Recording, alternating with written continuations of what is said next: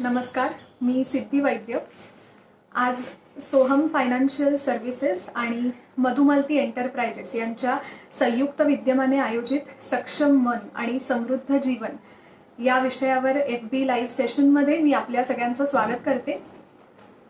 मी 2014 मध्ये counselling psychology या विषयामध्ये मास्टर्स कंप्लीट केलेला आहे। त्यानंतर गेली 6 वर्ष मी सायकोलॉजिस्ट म्हणून हॉस्पिटल्स, शाळा, कॉलेजेस अशा विविध क्षेत्रामध्ये काम करते आहे आणि 1.5 वर्षापूर्वी मी Mudita psychological wellness and counselling centre या नावाने डोंबिवली पूर्व येथे माझं क्लिनिक सुरू केलं आहे। तर गेले 3-3.5 महिने आपण सगळेच जण एका वैश्विक महामारीला सामोरे जात आहोत आणि त्याच्यामुळे आपल्या सगळ्यांच्याच दैनंदिन जीवनावर बऱ्याच प्रमाणात परिणाम होतो आहे। वेगवेगळ्या कारणांनी परिणाम होतो आहे। आपल्या वैयक्तिक जीवनावर परिणाम होतो आहे। काहींना फायनान्शियल प्रॉब्लेम्स येत आहेत, काहींना नोकरीमध्ये प्रॉब्लेम्स येत आहेत, काहींना घरच्या समस्यांमध्ये अडचणी अजून वाढल्या आहेत।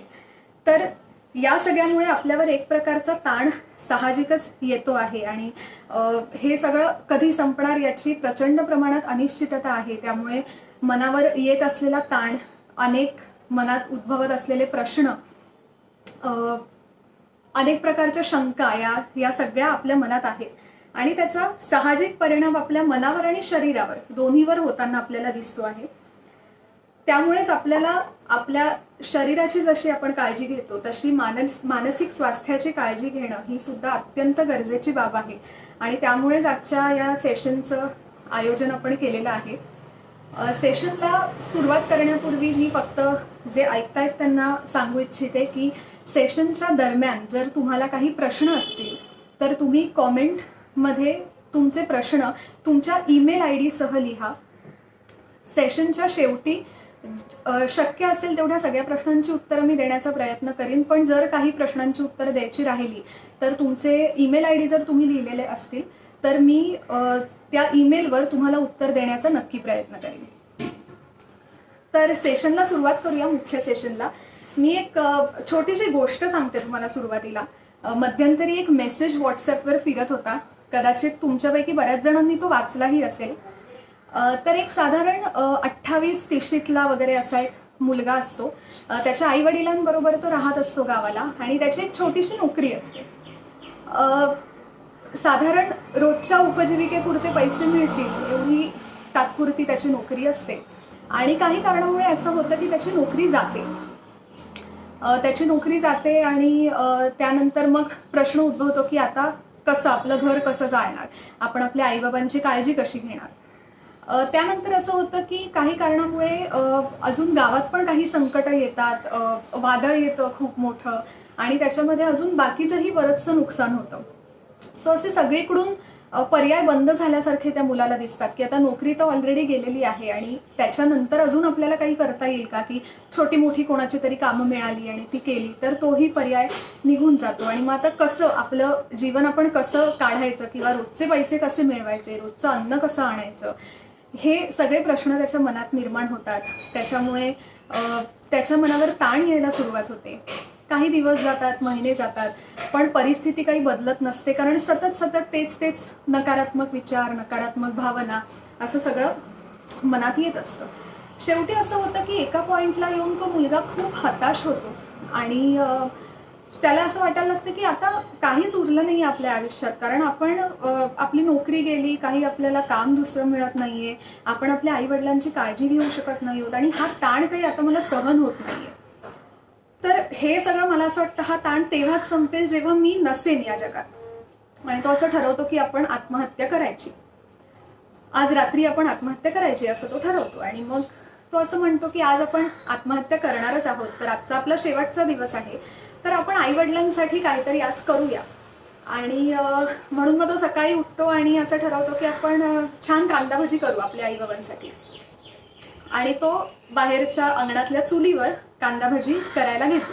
खरं तर कांदे विकत घेण्या एवढे पैसे पण त्याच्याकडे नसतात, पण तो कसं तरी जमवतो आणि आजचा शेवटचा दिवस त्यामुळे अगदी आपण मन लावून आईबाबांसाठी करूया असं ठरवतो। तो कांदा भजी करत असतो आणि खूप छान असा कांदा भज्यांचा सुगंध सगळीकडे वास मस्त येत असतो आणि रस्त्यावर बाहेरून एक गाडी चाललेली असते. त्या गाडीतला माणूस त्या कांदा भजीच्या वासाने थांबतो आणि या मुलाकडे येतो आणि त्याला म्हणतो की मला 1 प्लेट कांदा भजी हवी. तर तो मुलगा म्हणतो की नाही, मी काही विकत नाहीये, मी माझ्या घरच्यांसाठी करतोय. त्यावर तो माणूस म्हणतो की नाही, पण मी तुला पैसे देतो, तू मला थोडीशी कांदा भजी दे. तो म्हणतो की नाही, पैसे तर मी घेणार नाही, पण आता तुम्ही एवढंच इन्सिस्ट करता आहात तर मी देतो तुम्हाला थोडीशी कांदा भजी. असं करून तो कांदा भजी खायला देतो. आणि त्या माणसाला ती कांदा भजी एवढी आवडतात की त्याला असं, म्हणजे तो थांबतोच या कारणाने, कारण त्याला असं वाटतं की इथे कांदा भज्यांचा स्टॉलच आहे आणि म्हणून तो खायला थांबतो. आणि मग त्याला म्हणतो की अरे मी 2 आठवड्यांनी या गावात काही ना काही कामासाठी येत असतो, तर पुढच्या वेळी मी जेव्हा येईन ना तेव्हा पण मी तुझ्या हातची कांदा भजी नक्की खाणार. त्यावर त्या मुलाचा चेहरा थोडा पडतो आणि तो त्याला असं ओघात बोलून टाकतो की दादा, तुम्ही पुढच्या वेळी याल ना तेव्हा मी नसेन तुम्हाला कांदा भजी द्यायला, मी या जगातच नसेन. तर त्या माणसाला कळतं की मी या जगात नसेन याचा अर्थ काय, तर ह्याचा बहुतेक काहीतरी आत्महत्या वगैरे करण्याचा विचार दिसतोय. म्हणून तो त्याला थोडं विचारतो आणि मग हा मुलगा त्याला जी काही परिस्थिती आलेली असते, 2-3 महिने झालेले असतात, कसा तो त्या ताणातून जात असतो हे सगळं सांगतो. आणि मग असं होतं की तो माणूस त्याला म्हणतो की ठीक आहे, तू ठरवलंयस ना आत्महत्या करण्याचं, हरकत नाही, पण आज करण्याच्या ऐवजी 1 महिनाभर थांब, मी तुला थोडेसे पैसे देतो, तुला जेवढं भांडवल लागेल त्याचे पैसे मी तुला देतो. आणि तू आत्ता मी तुझ्याकडून कांदा भजी खाल्ली तशी तू कांदा भजी विकायला सुरुवात कर, कारण मला असं वाटतं तुझ्या हातात खरंच चव आहे आणि तू ही गोष्ट खूप छान करू शकशील. तर 1 महिना करून बघायला काय हरकत आहे. त्या मुलाला ते फारसं काही पटत नाही. तो म्हणतो की हे धंदा वगैरे तर मी कधी केलेलाच नाहीये, त्यामुळे असं काही मला जमणारच नाही. पण तरी तो माणूस त्याला थोडंफार कन्व्हिन्स करण्याचा प्रयत्न करतो आणि हो नाही असं करता करता शेवटी असं होतं की तो मुलगा तयार होतो, त्या माणसाकडून पैसे घेतो आणि दुसऱ्या दिवशीपासून कांदा भजी विकायला सुरुवात करतो. 1 आठवडा जातो, 1 महिना जातो. थोड्या दिवसांनी असं होतं की तो त्याचं गाव सोडून थोड्याशा हायवेवर जाऊन एक छोटासा स्टॉल, एक छोटीशी गाडी टाकतो. तिथे कांदा भजी विकायला सुरुवात करतो. त्यामुळे येणाऱ्या जाणाऱ्या गाड्या थांबतात. मग हळूहळू कांदा भजी बरोबर तो गरम गरम चहा विकायला सुरुवात करतो. आणि असं 1 महिना काय, 2, 3, 6 महिने निघून जातात आणि त्याची जी परिस्थिती असते ती हळूहळू सुधारायला सुरुवात होते. तर ही गोष्ट बेसिकली तुम्हाला सांगण्यामागचं कारण हे आहे की ह्या गोष्टीमध्ये जर तुम्ही बघितलं असेल की त्या मुलावर जी काही परिस्थिती आलेली असते ती परिस्थिती इतकी तणावपूर्ण असते किंवा बॅक टू बॅक इतके निगेटिव्ह इव्हेंट्स त्याच्या आयुष्यात घडलेले असतात की या परिस्थितीतून सुद्धा काहीतरी मार्ग निघू शकतो हे त्याला कळत नाही. आणि back to back negative events असल्यामुळे एकाच दृष्टिकोनातून तो सगळ्या इव्हेंट्सकडे बघत असतो. पण तो जो माणूस येतो तो माणूस काय करतो, तर तो माणूस त्याला एक वेगळा दृष्टिकोन देण्याचा प्रयत्न करतो. तो त्याला पैशाची मदत नक्की करतो कारण त्याला ती शक्य असते, पण ह्या परिस्थितीतून सुद्धा तू काहीतरी वेगळं करू शकतोस हे तो त्याला सांगण्याचा प्रयत्न करतो. आणि जेव्हा तो हे काम करायला ऍक्च्युली सुरुवात करतो, त्याचं ते काम चांगलं होतं, तेव्हा त्याच्या हे लक्षात येतं की कदाचित मी नोकरीत जेवढे पैसे कमवत होतो त्याच्यापेक्षा जास्त आता मला हा व्यवसाय करून मिळतायत. तर आजच्या आपल्या सेशनमध्ये बेसिकली आपल्याला हेच शिकायचं आहे की आपल्यावर, आपल्या सगळ्यांवर जी काही आत्ता संकट येत आहेत, जे काही प्रॉब्लेम्स आपण फेस करतो आहोत, ते सगळे प्रॉब्लेम्स आपल्याला वैयक्तिकदृष्ट्या वेगवेगळे आहेत, त्याची इंटेन्सिटी वेगवेगळी आहे. पण आपल्याला आज काय शिकायचं आहे, आपल्याला आज काय शिकण्याचा प्रयत्न करायचा आहे की ह्या प्रॉब्लेम्सकडे किंवा ह्या आलेल्या परिस्थितीकडे आपण एका वेगळ्या दृष्टिकोनातून बघू शकतो का, किंवा तटस्थपणे राहून आलेल्या परिस्थितीकडे आपण बघू शकतो का, ज्यांनी कदाचित आपल्याला असा फायदा होऊ शकतो की आपण जेव्हा तटस्थपणे एखादी सिच्युएशन किंवा एखाद्या परिस्थितीकडे बघतो तेव्हा त्याच्यातून बाहेर पडण्यासाठी किंवा त्याच्यातून मार्ग मिळवण्यासाठी आपण अधिक जोमाने प्रयत्न करू शकतो. सो आपल्याला आज हाच प्रयत्न करायचा आहे. आणि आत्ता या सगळ्या सिच्युएशनमध्ये जर काही कॉमन गोष्ट असेल, कॉमन जर टर्म आपण ऐकत असू तर ती म्हणजे स्ट्रेस किंवा ताण, जो की अगदी कॉमनली हा शब्द आपण ऐकतो की मला खूप स्ट्रेस आलाय, मला खूप ताण आहे, आत्ता अशी सगळी परिस्थिती आलेली आहे, मला हे टेन्शन आहे, त्यामुळे मला खूप स्ट्रेसफुल वाटतंय. सो स्ट्रेस हा शब्द, ताण हा शब्द आपण खूप सहजपणे सगळेजण वापरतो. तर मुळात आधी आपण अगदी सोप्या भाषेत हे समजून घेऊया की ताण म्हणजे काय, किंवा आपल्याला स्ट्रेस येतो म्हणजे नेमकं काय होतं, किंवा आपल्याला एक्झॅक्टली कधी स्ट्रेस येतो. तर अगदी सोपी व्याख्या जर स्ट्रेसची बघायला गेली तर स्ट्रेस म्हणजे असं फिलिंग आहे, अशी मनाची स्थिती आहे जेव्हा आपल्याला हे लक्षात येतं की आपल्या ज्या गरजा आहेत किंवा आपल्या ज्या डिमांड्स आहेत त्या आपल्याकडे असलेल्या अवेलेबल रिसोर्सेसपेक्षा वाढतायत. म्हणजे आपल्याकडे त्या गरजा पूर्ण करण्यासाठी जे रिसोर्सेस अवेलेबल आहेत ते रिसोर्सेस आता कमी पडत चाललेत आणि आपल्या गरजा मात्र तेवढ्याच राहिल्यात किंवा त्या वाढत चालल्यात. सोपं उदाहरण घ्यायचं झालं तर आता अनफॉर्च्युनेटली ज्या लोकांच्या नोकऱ्या गेलेल्या आहेत ते आता त्या सेव्हिंग्जवर त्यांचं रोजचं सगळं होत असेल तर कधी ना कधीतरी त्यांचं सेव्हिंग संपणार हे टेन्शन त्यांच्या डोक्यात असणारच आहे. त्यामुळे तो ताण येऊ शकतो. सेव्हिंग हे त्यांच्याकडे असलेले अवेलेबल रिसोर्सेस आहे आणि दुसऱ्या बाजूला त्यांच्या ज्या गरजा आहेत म्हणजे अन्न, पाणी, औषधं असतील किंवा बाकी सगळ्या ज्या गोष्टी असतील त्या तर तशाच राहणार आहेत. सो कधी ना कधीतरी हे सेव्हिंग म्हणजे अवेलेबल असलेले रिसोर्सेस संपणार आहेत, पण गरजा मात्र किंवा डिमांड्स मात्र तशाच राहणार आहेत किंवा कदाचित अजून वाढू शकतात. हे जेव्हा लक्षात येतं, ह्यातली जी तफावत आहे ही आपल्याला जेव्हा लक्षात यायला लागते तेव्हा तिथे आपल्याला ताण यायला सुरुवात होते. अजून एक सोपं उदाहरण घ्यायचं तर समजा मला आज रात्री बॉसचा फोन आला 10 वाजता की उद्या सकाळी 8 वाजता तुला एक प्रेझेंटेशन द्यायचं आहे मीटिंगमध्ये. तर नक्कीच मला असं थोडाफार स्ट्रेस येऊ शकतो, कारण 10ला फोन करून सकाळी 8ला मला प्रेझेंटेशन द्यायचं आहे. सो माझ्याकडे असणारा वेळ म्हणजे माझ्याकडे असणारे अवेलेबल रिसोर्सेस आणि त्याच्यामध्ये मला तयार करायचं प्रेझेंटेशन म्हणजे माझी डिमांड किंवा माझी गरज याच्यामध्ये प्रचंड प्रमाणात तफावत असू शकते. सो ही तफावत जेव्हा आपल्याला लक्षात येते तेव्हा आपल्या मनावर ताण निर्माण होतो किंवा तेव्हा आपल्या मनावर स्ट्रेस निर्माण होतो. आता या स्ट्रेसचे रिसोर्सेस काय आहेत, म्हणजे कुठून हा स्ट्रेस आपल्याला येऊ शकतो, तर आपण त्याच्या 3 कॅटेगरीज करू शकतो. पहिली कॅटेगरी म्हणजे डेली हॅसल्स, ज्याला आपण म्हणू शकतो. डेली हॅसल्स म्हणजे काय, तर अगदी रोजच्या दैनंदिन जीवनात ज्या काही छोट्या मोठ्या गोष्टी घडत असतात त्याला आपण डेली हॅसल्स असं म्हणतो. म्हणजे मला आज उशीर झालाय घरातून निघायला आणि बरोबर रिक्षा स्टँडवर आज एकही रिक्षा नाहीये, किंवा माझी नेहमीची ट्रेन चुकली आणि मला लेट मार्क लागला, माझा पास संपलाय आणि बरोबर आजच्या दिवशी मला टीसीने पकडलं. हे झाले डेली हॅसल्स जे आपल्या दैनंदिन जीवनात छोट्या मोठ्या प्रमाणात होतच असतात. मला बाहेर पडायचं होतं आणि बरोबर पाऊस आला, आज माझं लाईव्ह सेशन आहे आणि सकाळपासून नेटवर्क थोडं वीक आहे. ठीक आहे. दुसरी कॅटेगरी ज्याला आपण म्हणू शकतो लाईफ इव्हेंट्स. लाईफ इव्हेंट्स म्हणजे काय, तर आपल्या आयुष्यात घडणारे सडन चेंजेस. जो चेंज छोटा किंवा मोठा असू शकतो, त्याची इंटेन्सिटी वेगवेगळी असू शकते, पण सडन होणारे चेंज. सो आपण ह्याच्यासाठी कोरोनाचं उदाहरण नक्की घेऊ शकतो की एका प्रकारे सडन झालेला चेंज आहे हा आपल्या आयुष्यात, की एकतर अशी वैश्विक महामारी आपण कधी बघितलेली नाहीये. ठीक आहे.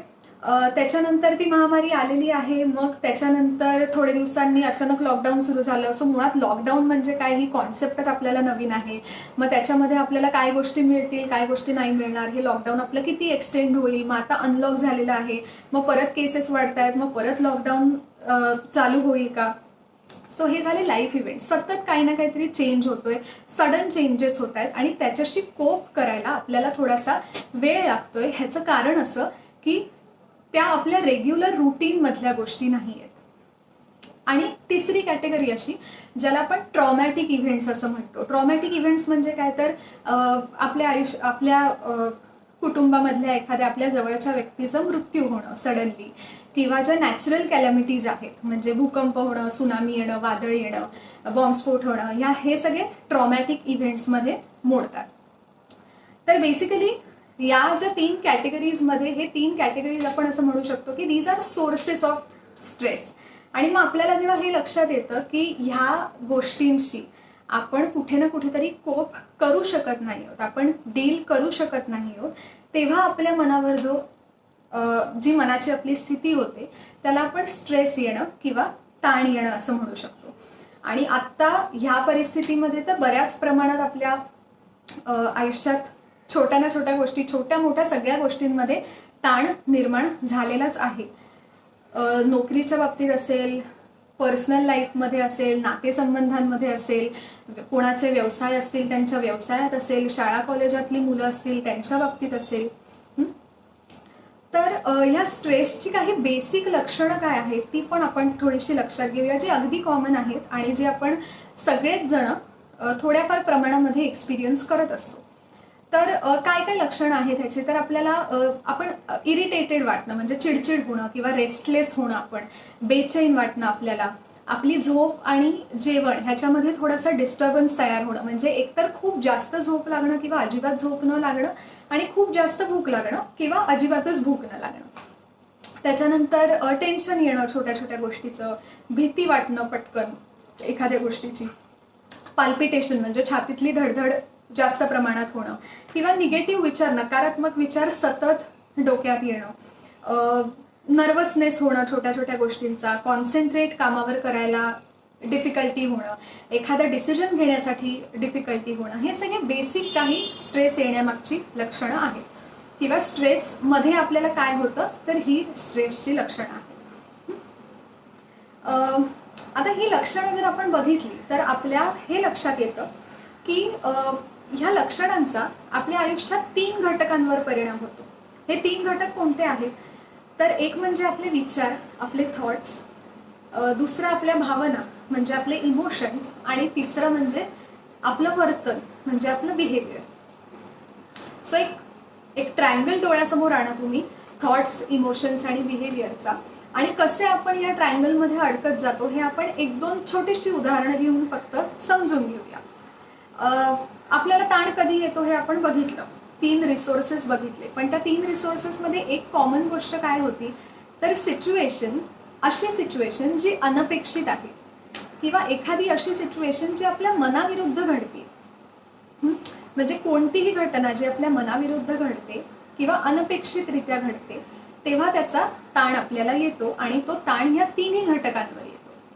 तर एक असं साधं उदाहरण आपण घेऊया की एक ऑफिसला जाणारी बाई आहे, म्हणजे आत्ता लॉकडाऊनच्या काळातलं उदाहरण घेऊया की त्या म्हणजे घरातल्यांनी असं मिळून ठरवलेलं आहे, घरात एक 4-5 जण राहत आहेत आणि त्यांनी असं ठरवलंय की आता बस झालं, 3-3.5 महिने झाले आता कामवाल्या बायका येत नाहीयेत, कारण अलाउड नव्हतं इतके दिवस.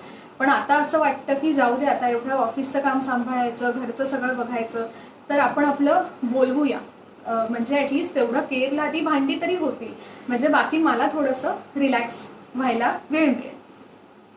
असं ते घरात ठरवतात, ती बाई ठरवते की आता मी अगदी उद्याच फोन करते तिला आणि बोलवून घेते. आणि असं होतं की दुसऱ्या दिवशी सकाळी अचानक त्यांना बातमी कळते की त्यांच्याच बिल्डिंगमधल्या, म्हणजे त्यांच्याच कॉम्प्लेक्समध्ये शेजारच्या विंगमध्ये ज्यांच्याकडे कामवाली बाई येत होती त्यांच्या घरात कोरोना पॉझिटिव्ह पेशंट्स मिळाले.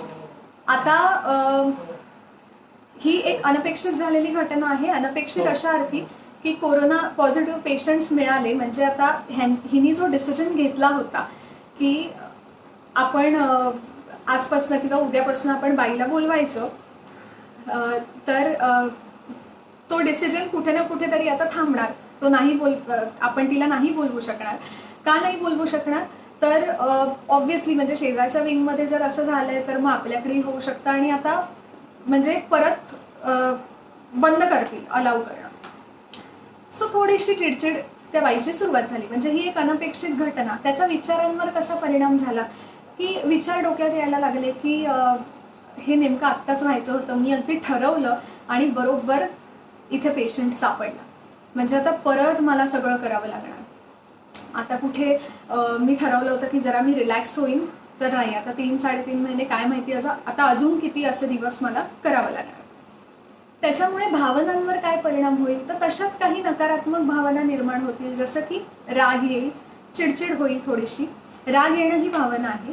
आणि वर्तनावर काय परिणाम होईल, वागणुकीवर काय परिणाम होईल तर चिडचिड होईल एकतर, किंवा तेवढ्यात काहीतरी तिचा छोटा मुलगा असेल, मुलगी असेल, ती काहीतरी त्रास देत असेल, त्याच्यावर ती चिडचिड काढली जाईल, म्हणजे एकाचा राग दुसऱ्यावर काढला जाईल, थोडीशी बडबड केली जाईल घरात. ठीक आहे, हे एक चक्र झालं थॉट्स, इमोशन्स आणि ॲक्शन्सचं. एका अनपेक्षित घटनेमुळे निर्माण झालेले नकारात्मक विचार, त्यामुळे निर्माण झालेल्या नकारात्मक भावना आणि त्याच्यामुळे आपल्या वर्तनावर झालेला नकारात्मक परिणाम.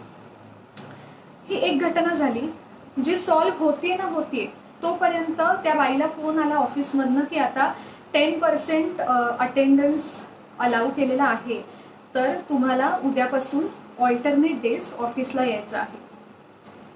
अजून स्ट्रेसमध्ये भर घालणारी एक गोष्ट, अजून एक अनपेक्षित गोष्ट की 10% अलाउ होणार नाही होणार हे संभव माहिती होतं, पण म्हणून अगदी मला लगेच बोलवतील असं तिला अपेक्षित नव्हतं, पण ते झालं.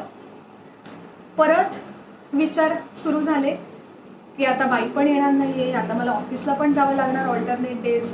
मग आता घरी असतानाच मला एवढी माझी तारांबळ उडत होती की सगळं घरचं, मुलांचं, स्वयंपाक हे सगळं मॅनेज करायचं, ऑफिसचं मॅनेज करायचं, तर आता हे सगळं करताना अजून ऑफिसला जायचं, तर मी हे कसं मॅनेज करणार. हे सगळं माझ्याच बरोबर काय होत आहे, बरोबर आपल्याच बिल्डिंगमध्ये मिळायला हवा होता पेशंट. ठीक आहे, किती त्रास मला अजून सहन करावा लागणार आहे माहिती नाही, इतके वर्षात कधी असा त्रास मला सहन नाही करावा लागला जो या 3 महिन्यात सगळी कसर भरून निघते वगैरे वगैरे, असे सगळे विचार डोक्यात येते. परत त्याचा भावनांवर काय परिणाम होईल, तर राग जो आधी तर होताच, आधीचा राग तो गेलेला नाहीच आहे, तो राग अजून वाढेल, त्या रागामध्ये अजून भर पडेल, ती भर वर्तनावर सुद्धा पडेल की अजून जास्त चिडचिड होईल, थोडीशी घरात आदळआपट होईल भांड्यांची, किंवा थोडेसे वाद होतील. एक घटना घडली, मग दुसरी घटना घडली, अजून तिसरी घटना घडेल, अजून चौथी घटना घडेल, आणि हे जे चक्र आहे थॉट्स, इमोशन्स आणि ॲक्शनचं, हे असंच चालू राहील. हे चक्र कुठेतरी ब्रेक करायला जमणार नाही, कारण कदाचित तेवढा वेळच मिळणार नाही, किंवा ते चक्र कसं ब्रेक करायचं हे आपल्याला कधी कोणी शिकवलंच नाहीये, त्यामुळे कळणारच नाही. आणि मग काय होतं की हे जे चक्र आहे हे जेव्हा आपण ब्रेक करू शकत नाही, तेव्हा आपला जो ताण आहे तो हळूहळू वाढत जातो. म्हणजे आज माझ्याबरोबर या XYZ या 4 घटना घडलेल्या आहेत, तर उद्या जेव्हा माझ्याबरोबर एखादी 5वी अशी अनपेक्षित घटना घडते, तेव्हा काय होतं, तर आधीच्या 4 घटनांचा जो काही नकारात्मक अनुभव माझ्याजवळ असतो तोच डोक्यात पटकन पॉपअप होतो, आणि त्याच दृष्टिकोनातून आपण या 5व्या घटनेकडे सुद्धा बघतो, आणि मग आपल्या ताणात अजून भर पडत जाते, आणि मग आधी 4 घटनांचा साचलेला ताण, साचलेल्या सगळ्या भावना, साचलेले सगळे विचार, त्याच्यात अजून भर पडत जाते 5व्या घटनेची, मग अजून 6वी घटना, आणि अशा एक एक घटना त्याच्यामध्ये भर देत जातात. आणि मग अशा वेळी काय होतं की हा जो स्ट्रेस आहे तो आपण जेव्हा त्यावेळी रिलीज नाही करू शकत, किंवा त्यावेळी त्या स्ट्रेसवर आपण ओव्हरकम नाही करू शकत, तेव्हा अनफॉर्च्युनेटली कधीतरी असं होऊ शकतं की ह्या स्ट्रेसचं रूपांतर काही आजारांमध्ये, काही मानसिक आजारांमध्ये होऊ शकतं. आणि त्यातला अगदी कॉमन असा आजार म्हणजे डिप्रेशन. आपण जर स्टॅटिस्टिक्स बघितलं तर डिप्रेशन या आजारासाठी भारताचा जगात 3रा क्रमांक लागतो. एवढे डिप्रेशनचे क्लायंट्स किंवा एवढे डिप्रेशनचे पेशंट्स आपल्याकडे आहेत. तर डिप्रेशन हा पण वर्ड आपण जेव्हा ऐकतो तेव्हा मला असा अनुभव आलेला आहे की 2 कॅटेगरीमधले लोक असतात ह्या डिप्रेशनबद्दल मत असणारे. एक कॅटेगरी अशी आहे जे डिप्रेशन इतक्या सहजपणे वापरतात की म्हणजे जसं मला आज खूप डिप्रेस वाटतंय, मी गेले 2 दिवस खूप डिप्रेशनमध्ये होते, मला ना लेक्चरला बसावं लागतंय त्यामुळे एवढं डिप्रेशन आलंय. सो अगदी कॉमन असं काहीतरी एकदमच साधा काहीतरी शब्द आहे अशा पद्धतीने वापरणारी एक कॅटेगरी असते. आणि दुसरी कॅटेगरी अशी असते, ती लोक काय म्हणतात की डिप्रेशन वगैरे असं काहीच नसतं, डिप्रेशन हे फेक आहे किंवा हे एक नाटक आहे, हे नुसतं फॅड आहे, असं काही नसतं डिप्रेशन वगैरे. तर आपल्याला आधी हे लक्षात घ्यायला हवं की डिप्रेशन वगैरे असं काही नसतं, किंवा डिप्रेशन मी अगदी सहजपणे वापरला जाणारा शब्द, हे 2 एक्स्ट्रीम झाले. मुळात डिप्रेशन हा एक मानसिक आजार आहे, तो खरा आजार आहे, तो अस्तित्वात आहे. आणि डिप्रेशनमध्ये काय होतं, डिप्रेशन म्हणजे काय, तर परत ही मनाची एक अशी स्थिती होते जी काही काळानंतर होत जाते. असं 1-2 दिवसामध्ये आपल्याला डिप्रेशन येत नाही. काही काळ आपण त्याच तणावपूर्ण जर मनस्थितीतून जात असू तर एक अशी स्थिती तयार होते ज्यामुळे आपले विचार, भावना आणि वर्तन परत या सर्कलवर नकारात्मक परिणाम व्हायला सुरुवात होते आणि आपण हळूहळू त्या नैराश्याकडे जात जातो. तर मला असं वाटतं की सध्याच्या ह्या काळामध्ये जसं आपण म्हणतोय की स्ट्रेस तर आहेच लोकांना आणि त्याच्यामुळे काही जणांना थोडंसं नैराश्य पण येत असेल किंवा ह्याच्या पुढेही येण्याची शक्यता आहे. तर ह्याच्यासाठी सगळ्यात ज्या 2 गोष्टी आत्ता कोणत्या कारणीभूत आहेत मला वाटतं त्याच्या नुसार, पहिली गोष्ट म्हणजे जी अनिश्चितता आहे सगळ्याच गोष्टींबाबत. एकंदरीतच सगळ्या गोष्टींबाबत जी अनिश्चितता आहे की पुढे काय होणार आहे हे आपण प्रेडिक्टच करू शकत नाही आहोत. सगळं सुरळीत चालू होणार आहे की नाही किंवा कधी चालू होणार आहे आपल्याला काही माहिती नाही आहे. सो अनिश्चितता. आणि दुसरं म्हणजे कॉन्स्टंट चेंज, जो काही बदल आपल्याला सतत फेस करावा लागतोय की आधी महामारी आली, मग म्हणजे अजून सुरू आहे, लॉकडाऊन आलं, मग अनलॉक झालं, मग आता ऑफिसला जावं लागतंय, मग आता मास्क घालून फिरावं लागतंय, खूप जास्त प्रिकॉशन घ्यावी लागते. सो चेंज, सतत होणारा बदल आणि अनिश्चितता या 2 गोष्टी खूप कॉमनली आपल्या सगळ्यांना फेस कराव्या लागतात आणि त्या सगळ्याच एज ग्रुपमधल्या लोकांना फेस कराव्या लागतात. म्हणजे अगदी लहान मुलांपासून ते सिनियर सिटिझन्सपर्यंत. म्हणजे आपण उदाहरण घ्यायचं झालं तर जी लहान मुलं आहेत त्यांच्या आता बऱ्याचशा मुलांच्या शाळा या ऑनलाईन सुरू झाल्या. सो ऑनलाईन शाळा ही मुलांसाठी नवीन आहे. ह्या बदलाबरोबर, हा एक बदल आहे त्यांच्यासाठी, या बदलाबरोबर ते हळूहळू जुळवून घेण्याचा प्रयत्न करतील किंवा करतायत आणि त्याच्याबरोबर ते जेव्हा थोडेसे म्हणजे जुळवून घ्यायला शिकतील किंवा आता तिथे त्या गोष्टीसाठी ते सेटल होतील तोपर्यंत कदाचित नॉर्मल शाळा परत सुरू होतील आणि मग नॉर्मल शाळा परत सुरू झाल्यानंतर परत तो मुलांसाठी चेंज असणार आहे की ऑनलाईन शाळा कदाचित 2-3 तासासाठीच होत्या आणि आता परत नॉर्मल रेग्युलर शाळा सुरू झाली की ती शाळा परत रेग्युलर 5-6 तासांची असणार आहे. म्हणजे त्यांच्यासाठी हा बदलच असणार आहे ज्याच्याबरोबर त्यांना अडॅप्ट करून घ्यावं लागणार आहे. कॉलेजमधले विद्यार्थी आहेत, स्टुडंट्स जे आहेत त्यांच्यासाठी पण अनिश्चितता आहे बऱ्याच गोष्टींबाबत की त्यांची एक्झाम होणार आहे की नाही त्यांना माहिती नाही आहे, रिझल्ट कधी लागेल हे त्यांना माहिती नाही आहे, एका युनिव्हर्सिटीची एक्झाम होईल, दुसऱ्या युनिव्हर्सिटीची एक्झाम होणार नाही, मग पुढचं फ्युचर कसं असेल आपलं, आपल्याला पुढच्या ॲडमिशनला काही त्रास तर होणार नाही आहे ना, हे डोक्यात त्यांच्या असणार आहे. म्हणजे या बाबतीतली अनिश्चितता. असे काही स्टुडंट्स असतील की जे ह्या वर्षामध्ये परदेशात शिकायला जाणार असतील, साधारण ऑगस्ट-सप्टेंबरमध्ये जशी मुलं जातात बाहेर शिकायला, त्यांच्या मनात सुद्धा खूप अनिश्चितता असेल की आता काय माहिती आपल्याला जायला मिळणार आहे की नाही किंवा आपलं अकॅडमिक इयर कधी सुरू होईल, आपल्याला इथून जाता नाही येणार म्हणून जिथे ॲडमिशन मिळाले ती युनिव्हर्सिटी आपल्याला काही प्रिव्हिलेज किंवा काही कन्सेशन काही देणार आहे की नाही. जे नोकरी करतायत, ज्यांची नोकरी आत्ता सेफ आहे त्यांना नोकरीला जावं लागतंय, अत्यावश्यक सेवांमध्ये जे येतात त्यांना नोकरी त्यांच्या कामासाठी जावं लागतं आहे. सो त्यांना एक प्रकारचं टेन्शनच आहे की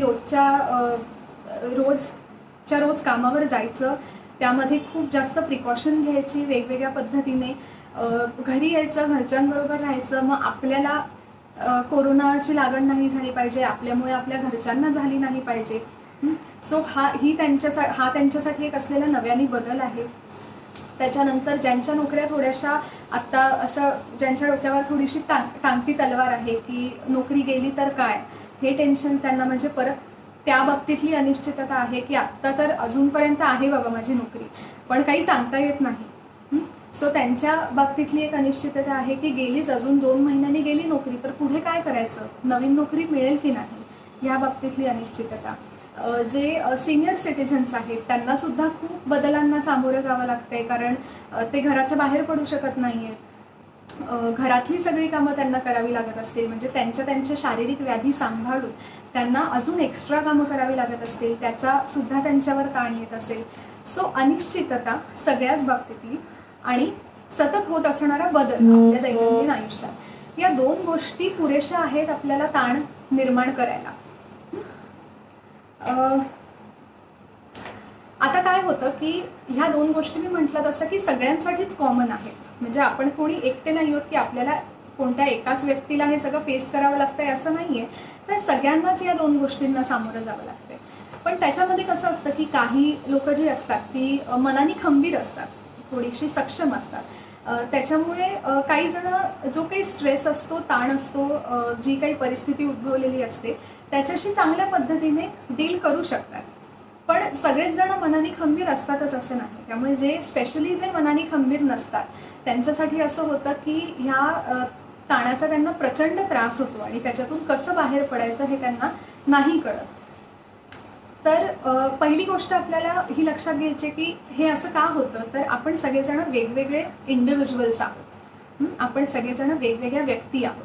आणि जेव्हा मी असं म्हणते की सिच्युएशन सेम आहे, बरोबर, म्हणजे अनपेक्षित घडणारी घटना ही सेम आहे सगळ्यांसाठी. हे दोन जर आपण पॅरामीटर घेतले की अनिश्चितता आणि सतत होणारा बदल, हे सगळ्यांसाठी सेम आहे. परंतु सगळ्यांवर येणारा जो ताण आहे तो मात्र कमी जास्त प्रमाणात येतोय. ह्याचं कारण काय असू शकतं, तर ज्या अर्थी परिस्थिती सेम आहे, पॅरामीटर्स सेम आहेत, पण येणारा ताण, त्याची इंटेन्सिटी ह्याच्यामध्ये फरक आहे. याचा अर्थ परिस्थिती ताण निर्माण करत नाहीये. ठीक आहे. जर परिस्थिती ताण निर्माण करत असती तर सगळ्यांवर येणारा ताण हा सेम असायला हवा होता. पण सगळ्यांवर येणारा ताण हा जर वेगळा आहे, तर परिस्थिती ताण निर्माण करत नाहीये, तर त्या परिस्थितीकडे आपण कोणत्या दृष्टिकोनातून बघतो आहोत, आपण त्या परिस्थितीकडे कोणत्या परसेप्शननी बघतो आहोत, ते परसेप्शन किंवा तो दृष्टिकोन आपल्या मनावर ताण निर्माण करतोय. त्यामुळे आपल्याला शिकायचं काय आहे, तर बऱ्याच जणांचं असं असतं की जे काउन्सिलिंगला येतात त्यांचं असं काही जणांचं असं म्हणणं असतं की मला ना असं व्हायचं की माझ्या आयुष्यातले सगळे प्रॉब्लेम्स संपले पाहिजेत, माझ्या आयुष्यात आता कोणता प्रॉब्लेमच नाही आला पाहिजे, किंवा मला कधी स्ट्रेस फील झालाच नाही पाहिजे, मला कधी डिप्रेशन आलंच नाही पाहिजे. तर मुळात माझ्या आयुष्यात ताण येऊच नये किंवा आलाच नाही पाहिजे हा अट्टहास करणंच फारसं लॉजिकल नाही आहे. चुकीचं बरोबर म्हणण्यापेक्षा फारसं लॉजिकल नाही आहे. का लॉजिकल नाही आहे, कारण आत्ता कोरोनाचं संकट आपल्यावर आहे, पण कोरोनाचं संकट यायच्या आधी सुद्धा आपल्यावर अनेक संकट आली असतील छोटी मोठी. कोरोनाचं संकट संपेल त्याच्यानंतर सुद्धा आपल्यावर अनेक छोटी मोठी संकटं येणारच आहेत. सो आपल्या आयुष्यात अनपेक्षित घटना, मनाविरुद्ध घडणाऱ्या घटना या तर सतत होतच राहणार आहे, आपण त्या टाळू नाही शकत, बरोबर. मग हा अट्टहास करणं फारसं लॉजिकल नाहीये. तर आपल्याला काय प्रयत्न करायचा आहे की ह्याच्या पुढे जी काही परिस्थिती माझ्यावर ओढवेल, जी काही नकारात्मक परिस्थिती असेल किंवा जे काही मनाविरुद्ध माझ्या घडेल, त्या परिस्थितीशी मी पूर्वीपेक्षा, आधीपेक्षा किती जास्त चांगल्या पद्धतीने डील करू शकेन, किती इफेक्टिव्हली मी त्या परिस्थितीशी डील करू शकेन, याचा विचार आपल्याला करायचा आहे. सो ताण आलाच नाही पाहिजे, प्रॉब्लेम्स आलेच नाही पाहिजे हा अट्टहास आपल्याला ठेवायचा नाहीये. तर आपल्याला हा प्रयत्न करायचा आहे की आलेल्या परिस्थितीकडे मी काही वेगळ्या दृष्टिकोनातून बघू शकतो का, पहिली गोष्ट. आणि पूर्वीपेक्षा मी माझा ताण किंवा मी आलेल्या तणावपूर्ण परिस्थितीशी किती चांगल्या पद्धतीने डील करू शकतो. ठीक आहे. सो त्यासाठी आपण काही थोडेसे, मी जसं म्हटलं की वेगळं परसेप्शन किंवा वेगळा दृष्टिकोन म्हणजे काय, तर त्यासाठी काही गोष्टी बघूया. त्याआधी मी परत एकदा आठवण करते, मी सुरुवातीला सांगितल्याप्रमाणे की हे सेशन चालू असताना जर तुम्हाला काही प्रश्न असतील तर तुमचे प्रश्न तुम्ही कॉमेंट सेक्शनमध्ये टाकून ठेवा, तुमच्या ईमेल ID सहित टाकून ठेवा. जेवढ्या प्रश्नांची उत्तरं इथे देणं शक्य असेल त्या सर्व प्रश्नांची उत्तरं मी देईन. पण जर काही प्रश्नांची उत्तरं द्यायची राहिली तर मेल ID जर तुम्ही लिहिलेला असेल तर आम्ही मेलवर त्या प्रश्नांची उत्तरं देण्याचा नक्की प्रयत्न करू. सो आता आपण उपाय किंवा डायरेक्ट उपाय असं नाही, पण काही वेगळा दृष्टिकोन बघण्याचा प्रयत्न करूया. तर सगळ्यात पहिले आपण एक गोष्ट लक्षात ठेवायची आहे, सगळ्यात पहिली आणि महत्त्वाची गोष्ट ती म्हणजे की आपल्या मनात ज्या काही निगेटिव्ह, नकारात्मक भावना तयार होत आहेत, आपल्या डोक्यात जे काही निगेटिव्ह विचार येत आहेत किंवा आपल्याबरोबर ज्या काही नकारात्मक गोष्टी, घटना घडता आहेत, त्या सगळ्या ॲक्सेप्ट करणं. ठीक आहे. ॲक्सेप्ट करणं म्हणजे की हो, माझ्याबरोबर असं होऊ शकतं, कारण मी एक अतिशय नॉर्मल ह्युमन बीइंग आहे, मी एक साधारण मनुष्य आहे, त्यामुळे जशा माझ्या आयुष्यात चांगल्या घटना घडू शकतात तशाच माझ्या आयुष्यात वाईट घटना सुद्धा घडू शकतात.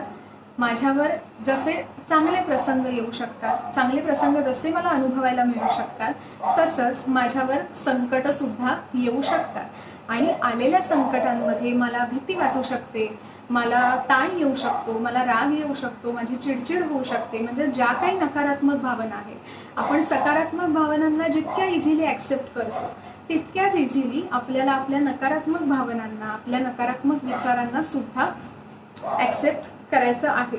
सो तुम्हाला काय करायचं तर अलाव करा, तुमच्या भावना ज्या काही आहेत त्या येऊ देत तुमच्या डोक्यात. ठीक आहे, जे काही विचार तुमच्या डोक्यात येत आहेत नकारात्मक ते येऊ दे, काहीच हरकत नाही. मी म्हटलं तसं आपण ह्युमन बिईंग आहोत. आणि दुसरी गोष्ट म्हणजे आपण एकटे नाही आहोत. आपण एकटे असे कोणी स्पेशल नाही आहोत की आपल्यावरच फक्त संकट ओढवलंय, असं अजिबात नाही आहे. तर सगळेच आत्ता या संकटांमधनं जात आहेत. So as a normal human being माझ्या आयुष्यात संकटं येऊ शकतात. त्या संकटांमध्ये मी खचून जाऊ शकतो, मला मार्ग नाही मिळू शकत, काही वेळेला मला राग येऊ शकतो, मला वाईट वाटू शकतं, मला दुःख होऊ शकतं, मला रडायला येऊ शकतं. जे काही निगेटिव्ह या कॅटेगरीमध्ये आपण ठेवून दिलेलं आहे त्या सगळ्या निगेटिव्ह भावना, ते सगळे विचार माझ्या डोक्यात येऊ शकतात. सो सगळ्यात महत्त्वाची आणि पहिली गोष्ट म्हणजे accept your negative feelings, accept your negative thoughts, accept your negative experiences. असा विचार करा की हे सगळं माझ्याबरोबर होऊ शकतं. जर चांगलं घडू शकतं तर वाईटसुद्धा घडू शकतं. त्याच्यानंतर दुसरी महत्त्वाची गोष्ट, असं बऱ्याचदा होतं की म्हणजे बऱ्याच लोकांचं असं होतं की जे काही आपल्याबरोबर घडतं ना त्याला आपण थोडंसं एक्झॅजरेट करतो काही वेळेला.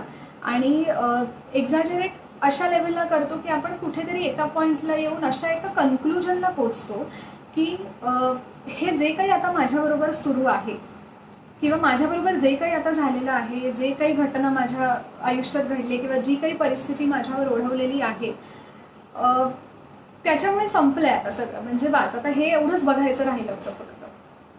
ठीक आहे. सो जसं एखादा मुलगा समजा परीक्षेत फेल झाला तर लगेच त्याला असं वाटू शकतं की आपण फेल्युअर आहोत, आय एम अ फेल्युअर, कारण मी फेल झालो परीक्षेमध्ये.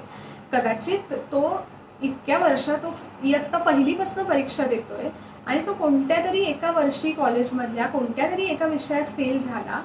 सो बाकीचे जे काही पॉझिटिव्ह, म्हणजे इतके वर्ष तो पास होतोय, कदाचित चांगल्या मार्कांनीही पास होत असेल, पण ते सगळं कुठेतरी दुर्लक्षित केलं जातं. आणि त्या एका विषयात जेव्हा आपण फेल होतो तेव्हा असं डोक्यात येतं की आय एम अ फेल्युअर. ठीक आहे, मी आता फेल झालोय किंवा माझी नोकरी गेली म्हणजे आता संपलं सगळं. ठीक आहे, माझं सेव्हिंग संपत आलं म्हणजे आता संपलं सगळं, ह्याच्या पुढे मी काहीच नाही करू शकणार. माझ्या आयुष्यात ही XYZ निगेटिव्ह घटना घडली म्हणजे आता संपलं सगळं. सो हे असं का होतं तर ह्याचं मेन कारण असं आहे की आपल्या आयुष्यात ज्या काही घटना घडतात त्या चांगल्या असतील किंवा वाईट असतील, त्या घटनांना आपण ही घटना म्हणजेच आपलं आयुष्य आहे अशा पद्धतीने ट्रीट करतो. म्हणजे माझी नोकरी गेली म्हणजे आता संपलं माझं आयुष्य, किंवा माझा मुलगा वाईट मार्गाला लागला म्हणजे मी कमी पडले त्याला संस्कार देण्यामध्ये, झालं आता संपलं, म्हणजे ह्याच्या पुढे आता मला काही बघायचं राहिलंच नाही. माझे सेव्हिंग संपत आले म्हणजे झालं, आता काही उरलंच नाही, मी फेल झालो म्हणजे मी फेल्युअर आहे. सो आपण काय करतो की ह्या ज्या नकारात्मक भावना आहेत त्या नकारात्मक भावनांना आपण अशा पद्धतीने ट्रीट करतो ॲज इफ हेच माझं आयुष्य आहे. मग जेव्हा आपण हेच माझं आयुष्य आहे असं त्याला ट्रीट करतो तेव्हा साहजिकच येणारा जो ताण आहे तो नक्कीच अवास्तव असतो. तर ह्याच्यामध्ये एक दृष्टिकोन दुसरा आपल्याला असा डोक्यात ठेवायचा आहे की तुमच्या आयुष्यात ज्या काही चांगल्या वाईट घटना घडत आहेत त्या सगळ्या घटना हे तुमचं आयुष्य नाहीये. तर ह्या सगळ्या घटना ह्या तुमच्या आयुष्यातला एक भाग आहेत. फक्त तुमचं आयुष्य हे नॉर्मली चालू आहे. तुम्हाला परीक्षेत चांगले मार्क मिळणं, तुम्ही शाळेत पहिल्या नंबराने पास होणं, तुम्हाला एखादं अवॉर्ड मिळणं, तुम्हाला प्रमोशन मिळणं, तुमची नोकरी जाणं, तुमचे घरामध्ये वाद होणं, तुमचा घटस्फोट होणं, तुमच्या घरातल्या कोणाला तरी कोरोना होणं, ह्या ज्या काही चांगल्या वाईट घटना आहेत त्या सगळ्या घटना हे तुमचं आयुष्य नाही आहे, तर हा तुमच्या आयुष्याचा फक्त एक भाग आहे. आपण जर या नकारात्मक घटनांना हा माझ्या आयुष्याचा एक भाग आहे फक्त या नजरेतून बघण्याचा प्रयत्न केला, ह्या नजरेतून आपण त्याला ट्रीट करण्याचा प्रयत्न केला, तर काय होतं की आपल्या हे लक्षात येतं की हा भाग आहे, हा एक पॅच आहे जो आत्ता आलाय आणि तो पॅच चेंज होणार आहे. हा पॅच संपेल आणि दुसरा काहीतरी पॅच येईल जो चांगला असू शकतो. सो दुसरी गोष्ट ही लक्षात ठेवायची आहे की whatever happens to you, ठीक आहे, ज्या काही घटना तुमच्या आयुष्यात घडतात, ठीक आहे, that is just a part of your life, that is not your life. So treat all the things as a part of your life, so that तुम्ही की हां हे माझ्या आयुष्यात नकारात्मक घडलंय, हा जस्ट माझ्या एक आयुष्याचा पार्ट आहे, ह्याच्याशी मला डील करायचं आहे. ठीक आहे, या कन्क्लुजनपर्यंत तुम्ही याल. तिसरी अजून एक गोष्ट जी आपण करत असतो की जी आपण अगदी सगळेजण करतो, त्याला कोणीही अपवाद नाही आहे असं मला वाटतं की आपण अशा गोष्टींबाबत चिंता करत बसतो. मॅक्झिमम वेळेला आपण अशाच गोष्टींची चिंता करतो, अशाच गोष्टींबद्दल आपण वरी करत बसतो ज्या गोष्टी आपल्या कंट्रोलमध्येच नाही आहेत. ठीक आहे, म्हणजे काही गोष्टी आपल्या आयुष्यात अशा असतात ज्या हमखास आपल्या कंट्रोलमध्ये असतात आणि काही गोष्टी अशा असतात ज्या हमखास आपल्या कंट्रोलमध्ये नसतात.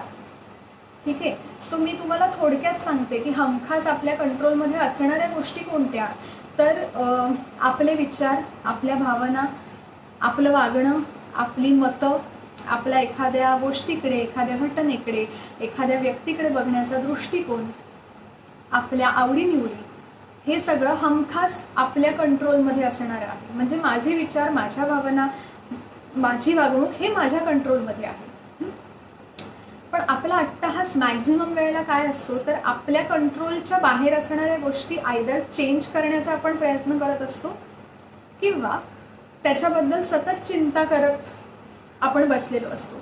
सो आपल्या कंट्रोलच्या बाहेर असणाऱ्या गोष्टी कोणत्या, की अशा गोष्टींवर आपला कंट्रोल नाही आहे, अशा गोष्टी कोणत्या, तर मी स्वतः सोडून इतर लोकांच्या भावना, इतर लोकांचे विचार, इतर लोकांची वर्तणूक, त्याच्यानंतर नॅचरल कॅलॅमिटीज सगळ्या की ज्या काही म्हणजे अशा गोष्टी, नॅचरल कॅलॅमिटीजच अगदी नाही पण अशा सगळ्या गोष्टी म्हणजे परिस्थितीशी निगडीत ज्या काही गोष्टी आहेत, एक्सटर्नल फॅक्टर्स ज्याला आपण म्हणतो, की मला घरातून बाहेर निघायचं आहे आणि आत्ता पाऊस आला, सो पाऊस पडणं हे माझ्या कंट्रोलमध्ये नाही आहे, पण आपण विचार त्याचाच करत राहतो की बरोबर मी निघताना पाऊस येतो. ठीक आहे, पाऊस पण बरोबर मी थांबलेला असतो, माझी वाट बघतो. सो मॅक्झिमम वेळेला आपण काय करतो, तर आपण अशाच गोष्टींची चिंता करत बसतो, अशाच गोष्टींच्या आपण मागे लागतो ज्या कंट्रोल करणं आपल्या हातातच नाही. आणि मग जेव्हा ते आपण फुलफिल नाही करू शकत तेव्हा त्याचा आपल्याला त्रास होत जातो. पण मुळात जर त्या कंट्रोल करणं आपल्या हातातच नसेल तर आपण त्या अचीव कशा करणार हा विचार आपण केला पाहिजे. म्हणजे अगदी साधं उदाहरण द्यायचं झालं तर घरामध्ये असं होतं ना की जेव्हा 3-4 माणसं राहत असतात, म्हणजे लहान मुलं असतात, आई आणि वडील असं जेव्हा कुटुंब आहे, तेव्हा कुठेतरी काही वेळेला असे छोट्या छोट्या कुरबुरी असतात की आई सगळी कामं करते आणि बाकीचे 3 जण त्यांना हवे तसे वागतात आणि ते आईला जसं हवं त्या पद्धतीने कोऑपरेट करत नाही आणि मग त्याच्यामुळे आईला त्रास होतो. हे अगदी कॉमन उदाहरण आहे. सो त्याच्यामध्ये काय होतं की ही जी बाई असते ती कोणत्या गोष्टींबद्दल सतत चिंता करत असते की कशी माझी मुलं वागतायत किंवा कसा माझा नवरा वागतोय, आणि तिचा अट्टाहास काय असतो की मला कंट्रोल मिळाला पाहिजे त्यांच्या वागण्यावर, म्हणजे मला जसं वाटतं तसं माझ्या मुलांनी वागलं पाहिजे. त्यापेक्षा आपण असा विचार केला की त्यांचं वागणं आपल्या कंट्रोलमध्ये नाहीये, हे मी आत्ताच तुम्हाला सांगितलं की मी स्वतः सोडून इतरांचं वागणं आपल्या कंट्रोलमध्ये नाहीये. मग जर इन्स्टेड ऑफ की त्यांच्यावर आपण कंट्रोल मिळवायचा आहे, ह्याच्यापेक्षा त्यांचं कोऑपरेशन मला जिंकायचं आहे किंवा त्यांचं कोऑपरेशन मला हवं आहे ह्याच्यावर जर फोकस केला तर आपल्याला त्याच्यातून काहीतरी मार्ग मिळू शकतो. सो ह्याच्या पुढे कायम लक्षात ठेवा की जेव्हा तुम्हाला कोणत्याही गोष्टीची चिंता असेल, तुम्ही कोणत्याही गोष्टीचा जेव्हा गरजेपेक्षा जास्त विचार करताय असं तुम्हाला वाटतंय किंवा एखाद्या गोष्टीमुळे जेव्हा तुम्हाला त्रास होतो आहे, तेव्हा काय करा की स्वतःला फक्त एक प्रश्न विचारा की आत्ता मी ज्या कोणत्या गोष्टीचा विचार करते आहे ती गोष्ट माझ्या कंट्रोलमध्ये आहे का नाही आहे. जर तुम्हाला असं उत्तर मिळालं की हो, मी ज्याचा विचार करते ती गोष्ट माझ्याच कंट्रोलमध्ये आहे, तर प्लीज कंटिन्यू. पण जर असं उत्तर मिळालं की नाही, ही गोष्ट माझ्या कंट्रोलच्या बाहेर आहे, मग त्या गोष्टीचा विचार सोडून अशा गोष्टीवर तुमचा विचार शिफ्ट करा ज्याच्यामध्ये तुम्ही हा विचार करू शकाल की मग ही परिस्थिती बदलण्यासाठी मी माझ्या साईडने काय प्रयत्न करू शकते, माझ्या कंट्रोलमध्ये असणाऱ्या ज्या गोष्टी आहेत त्याच्यात सुधारणा करून मी परिस्थिती बदलण्याचा प्रयत्न करू शकते का. ठीक आहे. सो हा एक पॉईंट लक्षात ठेवायचा आहे की things which are in my control and things which I cannot control. ठीक आहे. So every time when you are stress, please ask this question to yourself, whether whatever I am thinking right now, is it in my control or is it not in my control. Okay. त्याच्यानंतर अजून एक गोष्ट अशी की एक उदाहरण सांगते ह्याला जोडून. डॉक्टर अल्बर्ट एलिस यांचं खूप प्रसिद्ध मानसोपचार तज्ज्ञ होते. ह्यांचं नाव बऱ्याच जणांनी ऐकलं असेल. त्यांची विवेकनिष्ठ विचार पद्धती REBT ही थेरपी खूप फेमस आहे. तर त्यांचं एक पुस्तक आहे मी अल्बर्ट एलिस, मराठीत अनुवाद केलेलं पुस्तक आहे. तर त्या पुस्तकात एक त्यांनी खूप छान उदाहरण दिलं आहे की त्यांना काही फिजिकल त्रास होता, काही आजार होता आणि त्याच्यासाठी ते बरेच दिवस, बरेच महिने हॉस्पिटलमध्ये ॲडमिट होते. आणि तिकडे आजूबाजूला सगळे काही ना काही असे शारीरिक व्याधी असलेले, काही ना काही आजार असलेलेच पेशंट्स होते. तर एक साधारण आपल्याला हॉस्पिटलमधलं वातावरण माहिती असतं की फार काही उत्साही वातावरण नसतं हॉस्पिटलमध्ये. थोडंसं उदास किंवा असं कुरबुर कुरबुर, म्हणजे माहिती आहे की आता आपल्याला ट्रीटमेंटची गरज तर आहे, पण म्हणजे त्रास पण होतोय त्या ट्रीटमेंटचा, आता नाईलाज म्हणून ती ट्रीटमेंट घेतोय. सो असं सगळं असतं हॉस्पिटलमधलं वातावरण. तर त्यांनी असंच वर्णन केलंय की हे सगळं हॉस्पिटलमध्ये असं वातावरण होतं. मी पण कुरबुर करायचो, माझ्याबरोबरचे जे इतर पेशंट्स आहेत ते पण त्यांच्या आजाराबाबत किंवा औषधं, सलाईन, इंजेक्शन ह्याच्याबाबत कुरबुर किंवा तक्रार करत असायचे. आणि मग त्या हॉस्पिटलमध्येच असताना त्यांच्या मनात असा एक विचार आला, म्हणजे एक असा त्यांना खेळ सुचला की आणि त्यांनी असं ठरवलं की हा खेळ आपण आपल्या सगळ्या बरोबरच्या पेशंट्सना सांगूया आणि त्यांच्याबरोबर खेळूया, त्यांना आवडला तर. सो तो खेळ असा होता बेसिकली की प्रत्येकाने आपल्या आयुष्यात घडलेली किंवा आत्ता घडत असलेली एखादी अनपेक्षित किंवा आपल्या मनाविरुद्ध घडत असलेली गोष्ट सांगायची आणि बाकीच्यांनी ती गोष्ट ऐकायची आणि त्यांनी त्या गोष्टीमधून त्या व्यक्तीला काही चांगलं मिळालं आहे का किंवा त्या मनाविरुद्ध घडलेल्या गोष्टीमधून सुद्धा काही चांगलं शिकण्यासारखं किंवा उपयोगी मिळालं आहे का हे बाकीच्यांनी त्या व्यक्तीला सांगायचं. सो हा खेळ ते त्या हॉस्पिटलमध्ये खेळायचे. तो सगळ्यांना त्या हॉस्पिटलमधल्या पेशंट्सना आवडला होता आणि त्यांच्या असं लक्षात आलं की ज्या गोष्टींसाठी आपण खूप ताण घेतो किंवा स्ट्रेस घेतो किंवा आपण खूप कुरबुर करत राहतो, तक्रार करत राहतो, मनाविरुद्ध घडलेल्या गोष्टी, त्याच्यातून सुद्धा आपल्याला काही ना काहीतरी चांगलं मिळू शकतं, त्याच्यातून सुद्धा आपल्याला काहीतरी शिकण्यासारखं मिळू शकतं.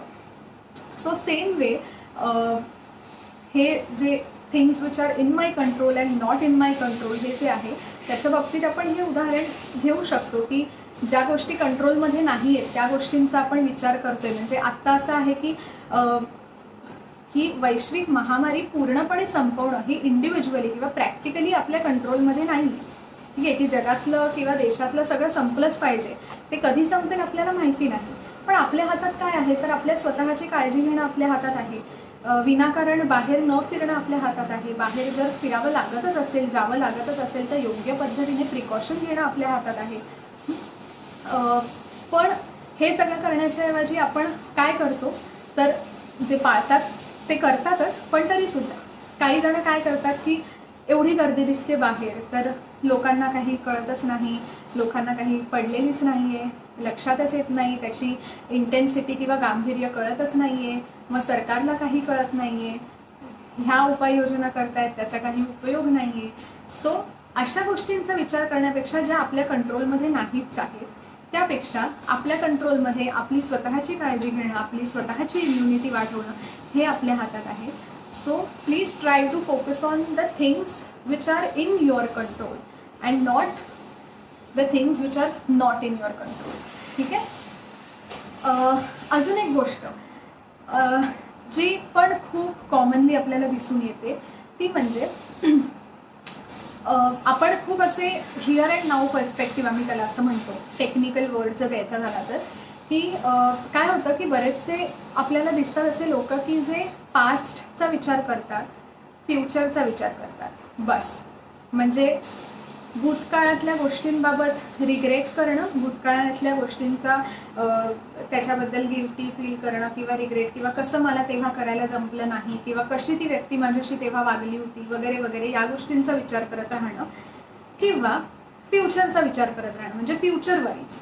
कारण फ्युचर हे अनप्रेडिक्टेबल आहे. जेव्हा एखादी गोष्ट अनप्रेडिक्टेबल असते तेव्हा त्याचं ताण येणं स्वाभाविक आहे. त्यामुळे मग फ्युचरचा विचार करत राहणं की आता पुढे कसं होणार आहे.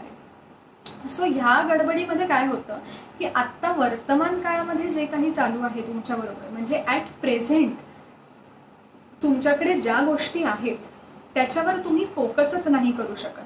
का? कारण तुम्ही एकतर पास्टमध्ये अडकलेले असता किंवा फ्युचरमध्ये अडकलेले असता. सो त्याच्यामुळे प्रेझेंटमध्ये आत्ता वर्तमान काळात तुमच्याकडे कदाचित खूप चांगल्या काही गोष्टी असू शकतील ज्या तुम्ही फोकस नाही करू शकत, आणि मग तो ताण सतत येत राहतो. So here and now perspective म्हणजे आत्ता तुमच्याकडे काय आहे याच्यावर फोकस करणं हे जास्त महत्त्वाचं आहे. कारण भूतकाळात जे आहे अगेन ते आपण चेंज करू शकत नाही आहोत, म्हणजे that is not in your control. फ्युचरमध्ये काय होणार आहे again that is not in your control. What is in your control right now? Your present is in your control. Right? तुमचा वर्तमान काळ तुमच्या कंट्रोलमध्ये आहे. सो त्याच्यामध्ये काय करायचं हे तुम्ही ठरवू शकताय. राईट? सो ह्या दोन गोष्टींची वरी करण्यापेक्षा, रिग्रेट आणि वरी करण्यापेक्षा, प्रेझेंटमध्ये काय आहे बी ग्रेटफुल फॉर दॅट. काय आपण गमावतो आहोत आपण डेफिनेटली खूप काही गोष्टी गमावतो आहोत. प्रत्येकाची इंटेन्सिटी मी म्हटल्याप्रमाणे वेगळी आहे, पण तरीसुद्धा असं होऊ शकतं कदाचित की त्याच्यातून आपल्याला काहीतरी चांगली गोष्ट मिळूही शकते, किंवा आत्ता आपल्याकडे काहीतरी चांगली गोष्ट त्याच्यापेक्षा असूही शकते. जसं अगदी सुरुवातीला जेव्हा आपण ऐकत होतो की लॉकडाऊन होतं तेव्हा जे चांगल्या घरातले मध्यमवर्गीय किंवा उच्च मध्यमवर्गीय या घरातले जे लोक आहेत की ज्यांच्या नोकऱ्या आहेत, सेव्हिंग आहे व्यवस्थित, आपल्याला ॲटलिस्ट व्यवस्थित 2 वेळचं खायला मिळत होतं. ठीक आहे, आपल्याला लॉकडाऊनच्या काळात सुद्धा आपल्या जिभेचे सगळे चोचले पुरवायला मिळत होते. आपण वेगवेगळे पदार्थ घरी करून खात होतो. ठीक आहे, पण असे काही लोक असतील, आपण टी व्हीवर बघत होतो की झोपडपट्टीतले जे राहणारे लोक आहेत किंवा अगदी ज्यांची आर्थिक परिस्थिती खालची आहे त्या लोकांना तर बेसिक ज्या त्यांच्या गरजा आहेत त्यासुद्धा मिळत नसतील. सो मग आपण कोणत्या बाबतीत तक्रार केली पाहिजे आणि कोणत्या बाबतीत नाही केली पाहिजे? तर आपल्याकडे ॲटलीस्ट ज्या गोष्टी आहेत त्याच्यासाठी आपण ग्रेटफुल राहणं हे आपल्या हातात नक्कीच आहे. आता या सगळ्या गोष्टीमध्ये सुद्धा कसं असतं की असं नेहमी म्हणजे सायकोलॉजीमध्ये एका थिअरीमध्ये शिकवताना आम्हाला असं शिकवलं होतं की you always have a choice of what you want to do in your life. ठीक आहे, विच इज ट्रू. की मला माझ्या समोर जे काही संकट उभं आहे त्या संकटाशी मला लढायचं आहे का त्या संकटापासनं मला पळ काढायचं आहे याचा चॉईस माझ्याकडे आहे. राईट? सो आपण फक्त एक डिसाईड करत असतो की whether I want to fight or I want to run out from the situation. So you always have a choice. So हे सगळ्यांनी लक्षात ठेवायचं आहे की आपल्याकडे चॉईस आहे की आपल्याला काय करायचं आहे. Whether we want to fight with the situation, may be you have capacity और you are capable to fight with the situation, but असं होतं आहे की आपण जनरली हे जी भीती किंवा टेन्शन असतं किंवा जे काही निगेटिव्ह विचार असतात ते सगळे आपल्या मनाने निर्माण केलेले असतात. म्हणजे कदाचित सिच्युएशनची इंटेन्सिटी आणि आपल्या मी जो ताण घेतलेला आहे त्याच्याबाबत ह्याच्यात सुद्धा खूप तफावत असू शकते. सो हे सगळं मनाने निर्माण केलेलं असतं. सो कदाचित आपण असं ठरवतो की मी फाईट नाही करू शकणार, बट यू नेव्हर नो, तुमच्याकडे ती कपॅसिटी असेल की तुम्ही खूप चांगल्या पद्धतीने फाईट करू शकत असाल. कदाचित असं पहिल्यांदाच तुमच्याबरोबर होतंय म्हणून तुम्हाला भीती वाटत असेल. ठीक आहे. So always remember that you always have a choice की तुम्हाला फाईट करायचं आहे का तुम्हाला पळून जायचं आहे. आता हे सगळं तर झालं की हे सगळे थोडेसे वेगळ्या प्रकारचा एक आपण म्हणू की दृष्टिकोन झाला, की त्याच नजरेतून बघण्यापेक्षा काही वेगळ्या पद्धतीने आपल्याला एखाद्या प्रॉब्लेमकडे बघता येईल का. पण ह्यामध्ये सुद्धा असं होऊ शकतं, मी जसं पहिल्यांदाच म्हटल्याप्रमाणे की आपण इंडिव्हिज्युअल म्हणून प्रत्येकजण वेगवेगळे आहोत. त्यामुळे काही जण आत्ता हे सेशन ऐकल्यानंतर सुद्धा त्यांचा दृष्टिकोन बदलेल. काही जणांचं असं होईल की सेशन ऐकल्यानंतर तेवढ्यापुरतं म्हणजे 1-2 दिवसासाठी तो दृष्टिकोन बदलेल. परत एखादी नकारात्मक घटना घडल्यानंतर परत कदाचित तेच सगळं डोक्यात येईल. काही जणांचं असं होईल की त्यांच्या मनात असा विचार येईल की हे सांगते पण हे ऐकायला सोपं आहे, फक्त करायला काही सोपं नाही. ठीक आहे. हे सगळं का होईल? कारण आपण वेगवेगळ्या व्यक्ती आहोत, आपली विचार करण्याची पद्धत वेगवेगळी आहे. सो जरी हा दृष्टिकोनातला फरक आहे तो काही एकदम असा एक सेशन ऐकून येणाऱ्यातला नाहीये, तर तो प्रॅक्टिस करून किंवा हळूहळू येणाऱ्यातला आहे. त्याच्यामुळे ह्याच्याबरोबरच काही गोष्टी ज्या आपल्याला अगदी करायलाच हव्यात. का करायला हव्यात? कारण हा स्ट्रेस जर आपण रिलीज नाही केला, मगाशी जसं आपण म्हटलं की एक घटना दुसरी घटना अशा एक घटना जेव्हा सतत घडत राहतात आणि त्या आपण एक्सप्रेसच नाही करू शकत, तेव्हा तो ताण अजून जास्त निर्माण होतो. मग त्याचं रूपांतर कदाचित नैराश्यामध्ये होऊ शकतं किंवा त्याचं रूपांतर अजून वेगळ्या कोणत्या मानसिक आजारात होऊ शकतं. आणि हे होऊ नये म्हणून आपण काही गोष्टी सुरुवातीपासून पाळू शकतो. तर त्यातलं अगदी सोपी गोष्ट किंवा अगदी आपण सहज करू शकतो अशी गोष्ट, पण जी आपण अजिबात करत नाही अशी गोष्ट, ती म्हणजे संवाद साधणं किंवा तुम्हाला जे काही वाटतं आहे ते एक्सप्रेस करणं. आता मुळात संवाद साधणं का महत्त्वाचं आहे? तर आपण जेव्हा कोणाशी तरी बोलतो, माझ्या मनात काय चालू आहे, मला नक्की कोणता प्रॉब्लेम आहे, हे जेव्हा मी कोणाशी तरी बोलते तेव्हा बऱ्याचदा असं होतं की 50% मला तिकडेच रिलॅक्स वाटतं. का रिलॅक्स वाटतं? कारण माझ्या मनात जे काही साचलेलं आहे, जी काही नकारात्मकता माझ्या मनात साचलेली आहे ती तिथल्या तिथे आधी बाहेर पडते. मला सोल्युशन नाही मिळते अग्री, पण ॲटलिस्ट साचलेलं सगळं मनातून बाहेर पडतं आहे. सो 50% कदाचित मला तिथेच रिलॅक्स वाटतं फक्त बोलून. कारण आपण बोलतोय म्हणजे काय करतोय तर एक्सप्रेस करतोय, जे काही डोक्यात आपल्या चालू आहे ते सगळं एक्सप्रेस करतो आपण. त्यामुळे तिथेच आपल्याला थोड्याफार प्रमाणात बरं वाटू शकतं. जर आपण एक्सप्रेस नाही केलं तर काय होतं हे मी मगाशी सांगितलं की 1 आठवडा तुम्ही असा काढाल, 1 वर्ष काढाल, 2 वर्ष काढाल आणि कुठे ना कुठेतरी मग ते इतकं साचत जातं की आपण माणूस म्हणून आपली काही ना काहीतरी कपॅसिटी आहे. सो ती कपॅसिटी जेव्हा तुमची ते बर्डन घेण्याची कपॅसिटी जेव्हा संपेल तेव्हा कधी ना कधीतरी त्याचा विस्फोट होऊ शकतो किंवा कधीतरी तुम्ही इतक्या नैराश्याकडे जाऊ शकता की एक इम्पल्सिव्ह थॉटसुद्धा आपल्याला पुरतो काहीतरी आता काही निर्णय घेण्यासाठी. त्यामुळे त्यावेळी त्या गोष्टी बोलणं, त्यावेळी एक्सप्रेस करणं हे अत्यंत महत्त्वाचं आहे. आता संवाद म्हणजे कम्युनिकेशन जे आहे ते कोणाशी करायचं आणि कधी करायचं किंवा का करायचं. ठीक आहे. तर अशा व्यक्तींशी तुम्ही सुरुवातीला बोलू शकता ज्या व्यक्तींवर तुमचा विश्वास आहे आणि तुम्हाला असं वाटतं की त्या व्यक्ती नॉन जजमेंटल आहे. नॉन जजमेंटल असणारी लोक अगदीच तुरळक असतात, पण तरीसुद्धा ॲटलिस्ट या व्यक्तीवर माझा विश्वास आहे, मी या व्यक्तीशी माझ्या मनातलं सगळं बोलू शकतो किंवा बोलू शकते. असं तुम्हाला ज्या व्यक्तीबाबत वाटत असेल ती व्यक्ती तुमच्या फॅमिलीतली असू शकते, फॅमिली बाहेरची असू शकते, त्या व्यक्तीशी तुम्ही बोलू शकता. का बोलायचं आहे? कारण मगाशी म्हटलं तसं साचवून ठेवायचं नाही आहे. आणि अगदी जर आपण एकदम सिंपल विचार केला तर आपण दुपारी आणि रात्री स्वयंपाक काय करायचा, आज रात्री जेवायला काय करायचं, हे पण आपण संवाद करून ठरवतो घरात, बरोबर. म्हणजे इतकी साधी गोष्ट की काहीही घरात बनलं तरी आपण खाणारच आहोत हे आपल्याला माहिती आहे, तरीसुद्धा आपण चर्चा करून ठरवतो. मग जर एवढी सारी गोष्ट आपण चर्चा करून ठरवत असू असेल तर आपल्या आयुष्यात असणारा जर एखादा खरंच खूप जेन्युइन प्रॉब्लेम असेल तर त्यासाठी चर्चा करायला काय हरकत आहे, काहीच प्रॉब्लेम नाही. आता ही चर्चा करताना असं होऊ शकतं की बऱ्याचदा म्हणजे आपल्याही मनात असा विचार येतो की मी तर सांगेन, मी तर बोलीन समोरच्या व्यक्तीशी, पण ती काय मला समजून घेणार किंवा त्यांना नाही कळणार माझा प्रॉब्लेम, हे आपल्या डोक्यात येतं. किंवा आपल्याला असं ऐकायलाही खूप मिळतं की आपण जेव्हा सांगतो कोणाशी तरी अगं बोलत जा, किंवा आपण जेव्हा आपण आपल्या घरातल्या एखाद्या व्यक्तीला कधीतरी टेन्शनमध्ये बघतो, स्ट्रेसमध्ये बघतो, तेव्हा आपण सुद्धा त्या व्यक्तीला स्वतःहून विचारतो कधीतरी की काही प्रॉब्लेम आहे का, तर बोल माझ्याशी, पण ती व्यक्ती पटकन बोलतेच असं नाही. तर असं का होतं, ह्याचं कारण, बेसिक कारण असं आहे की आपल्याशी जर कोणी बोला, ह्याचा विचार करा सगळ्यांनी, म्हणजे आपण सगळे करूया की आपल्याशी जेव्हा कोणी काही बोलायला येतं तेव्हा आपण त्या व्यक्तीचं किती ऐकून घेतो आणि त्या व्यक्तीला किती सल्ले देतो.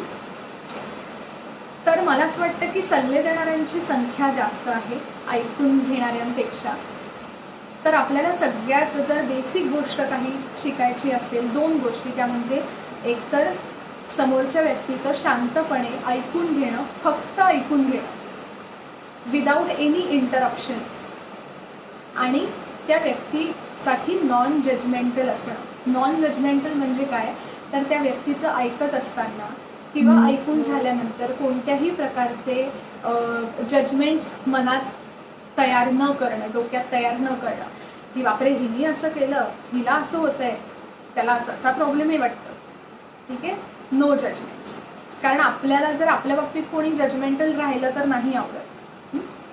सो जर तुमच्याकडे कोणी बोलायला आलं तर तुम्ही या 2 गोष्टी अत्यंत महत्त्वाच्या आहेत ज्या करायच्या आहेत. ती म्हणजे पहिली गोष्ट फक्त ऐकून घेणं, कारण जेव्हा कोणी आपल्याशी बोलायला येतं तेव्हा प्रत्येक वेळी त्या व्यक्तीला सोल्युशन नकोच असतं, सल्ले तर नकोच असतात. सोल्युशन तुम्ही एक वेळ देऊ शकता, पण तुम्ही जे सल्ले त्यांना देताय, तुम्ही चांगल्या मनाने ते सल्ले द्याल किंवा चांगल्या उद्देशाने ते सल्ले द्याल, पण ते सल्ले जे तुम्ही देत आहात ते त्या व्यक्तीला त्यावेळी फायदेशीर आहेत का हे तुम्हाला माहिती नाही.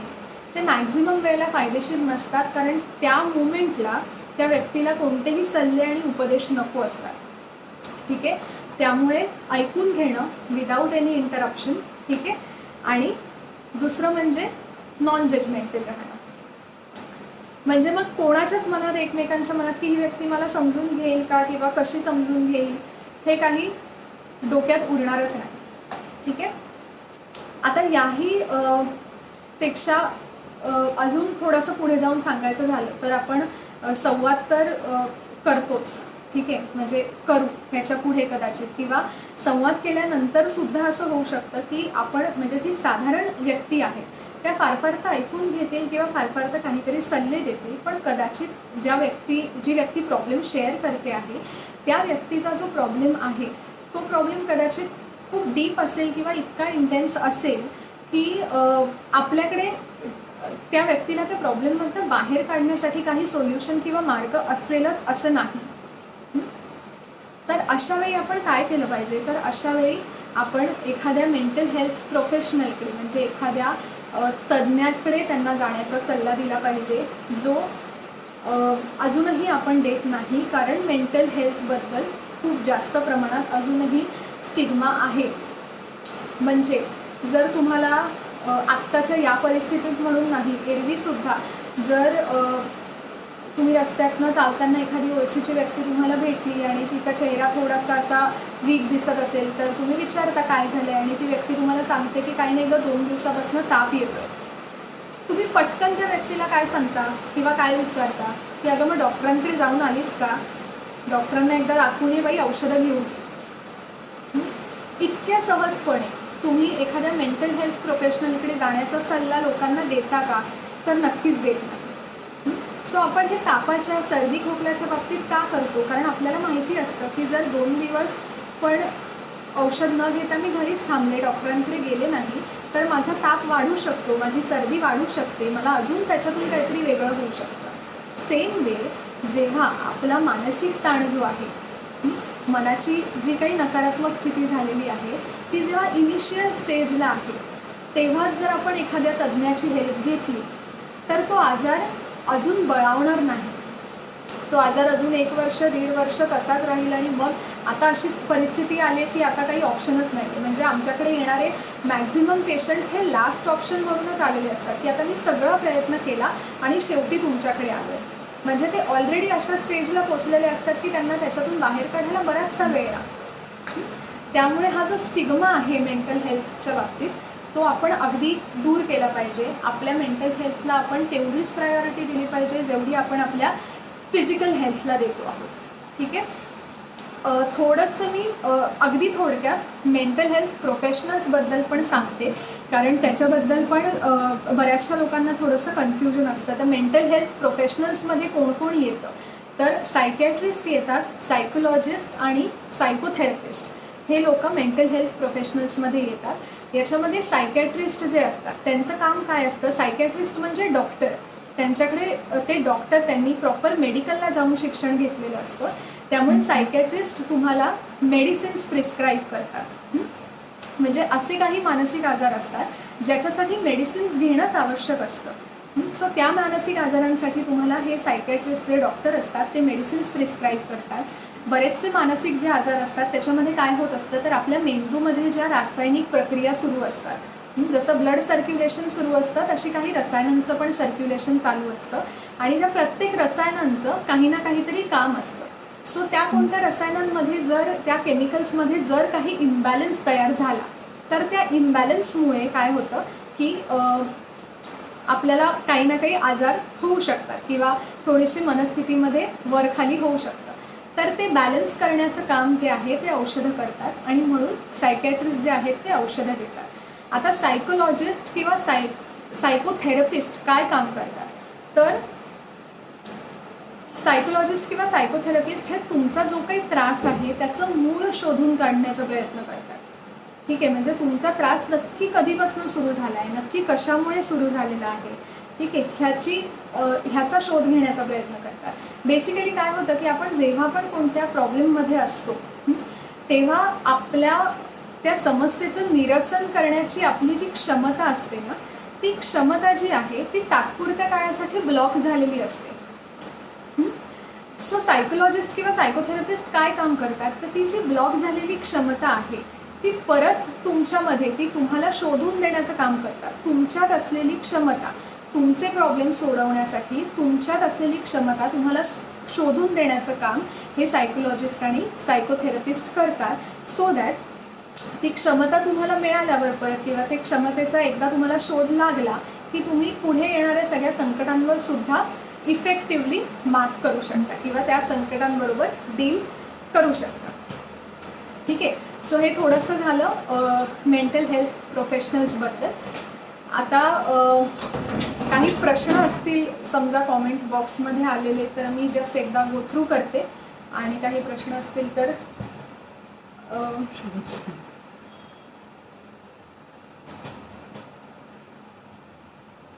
ओके.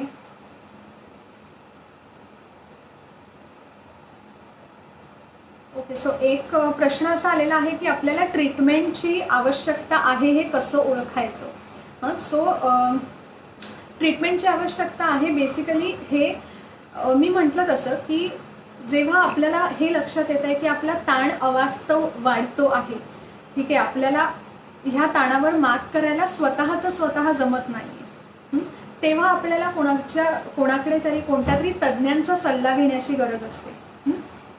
आता सल्ला घेताना सुद्धा म्हणजे आपल्याला एखादा आजार झाला आहे की नाही किंवा खरंच आपल्याला ट्रीटमेंटची गरज आहे का, आपल्याला औषधांची गरज आहे का, फक्त काउन्सिलिंगनी फक्त सायकोथेरपीनी आपला त्रास जाऊ शकतो हे मात्र तुम्ही स्वतः नाही ठरवायचं, हे त्या तज्ज्ञांना ठरवू द्यायचं. ठीक आहे. सो ट्रीटमेंटची गरज आहे का नाही हे मी मगाशी म्हटल्याप्रमाणे तुम्हाला जेव्हा जसं तुम्ही फिजिकल हेल्थच्या बाबतीत जे लॉजिक अप्लाय करता तेच लॉजिक मेंटल हेल्थच्या बाबतीत अप्लाय करा. 2 दिवस घरी राहून जर ताप जात नसेल तर आपण डॉक्टरांकडे जातो. तसंच समजा जर आठवडाभर 2 आठवडे तुम्हाला तीच मनस्थिती तुम्ही त्याच मनस्थितीत सतत आहात, तुमच्या डोक्यात जर निगेटिव्ह विचार येत आहेत, निगेटिव्ह भावना निर्माण होत आहेत तर तुम्हाला एखाद्या मेंटल हेल्थ प्रोफेशनलकडे जायला काहीही हरकत नाही. तुम्हाला ट्रीटमेंटची खरंच गरज आहे का. काही वेळेला एक म्हणजे एपिसोडिक पण असतं ठीक आहे. सो ट्रीटमेंटची खरंच गरज आहे का किंवा नाही आहे, हे ते तज्ज्ञ तुम्हाला जास्त चांगल्या पद्धतीने सांगू शकतील.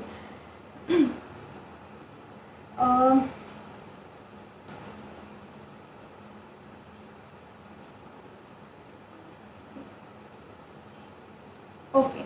सो अजून एक असा प्रश्न आलाय की सिनियर सिटीजन्स जर घरात असतील आणि सगळं व्यवस्थित आहे, घरात काहीही टेन्शन नाही आहे, कसलेच इश्यूज नाही आहेत, पण ते घरात काही फार बोलत नाही आहेत, कोणाशी संवाद साधत नाही आहेत, तर काय करायचं? तर आता सिनियर सिटीजन्सच्या बाबतीत असं थोडंफार होऊ शकतं की थोडंसं वय वाढल्यानंतर काही वेळेला म्हणजे शारीरिक व्याधी पण असतात, त्याच्यामुळे सुद्धा किंवा काही वेळेला थोड्याफार प्रमाणात सगळ्या गोष्टींमधला इंटरेस्ट हळूहळू कमी व्हायला लागतो. म्हणजे कसं की आधी आपण ज्या गोष्टी एन्जॉय करायचो त्या हळूहळू आता म्हणजे शारीरिकदृष्ट्या त्या होत पण नसतात किंवा मनाने तेवढा उत्साह सुद्धा वाटत नसतो, असंही होऊ शकतं. काही वेळेला एक थोडंसं जसं वय वाढतं तसं एक किंचित हट्टीपणा सुद्धा येऊ शकतो.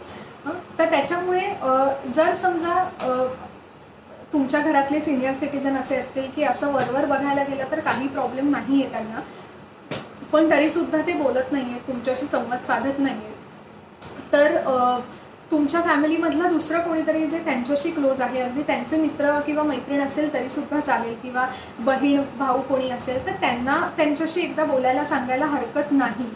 किंवा त्याच्यामुळे जर तुमच्या मनात असा विचार येत असेल की आपलं तर काही चुकत नाहीये ना, किंवा आपल्या कोणत्या वागण्यामुळे हे बोलत नाहीये, आपल्यावर हे नाराज आहेत ना, हे जर तुमच्या डोक्यात येत असेल तर तसा विचार करण्याची फारशी गरज नाही, कारण प्रत्येकाचा स्वभाव हा वेगवेगळा असतो. काही सिनियर सिटीजन्स जे असतात ते अगदी 80-90व्या वर्षी सुद्धा खूप उत्साही असतात, सगळ्या गोष्टींमध्ये खूप पार्टिसिपेट करतात. काही सिनियर सिटीजन अगदी सिनियर सिटीजन च्या स्टेजमध्ये गेले की लगेचच त्यांना थोडंसं त्यांच्या स्वभावाप्रमाणे किंवा पहिल्यापासूनच त्यांचा स्वभाव थोडासा अबोल असतो, आणि मग नंतर असं होतं की थोडं जनरेशन गॅपमुळे असेल, घरातल्या इतर लोकांचे आणि त्यांचे विषय वेगवेगळे असतील, काय चालू आहे हे त्यांना कळत नसेल, त्यामुळे सुद्धा थोडंसं बोलणं त्यांचं कमी होत असेल. त्याच्यानंतर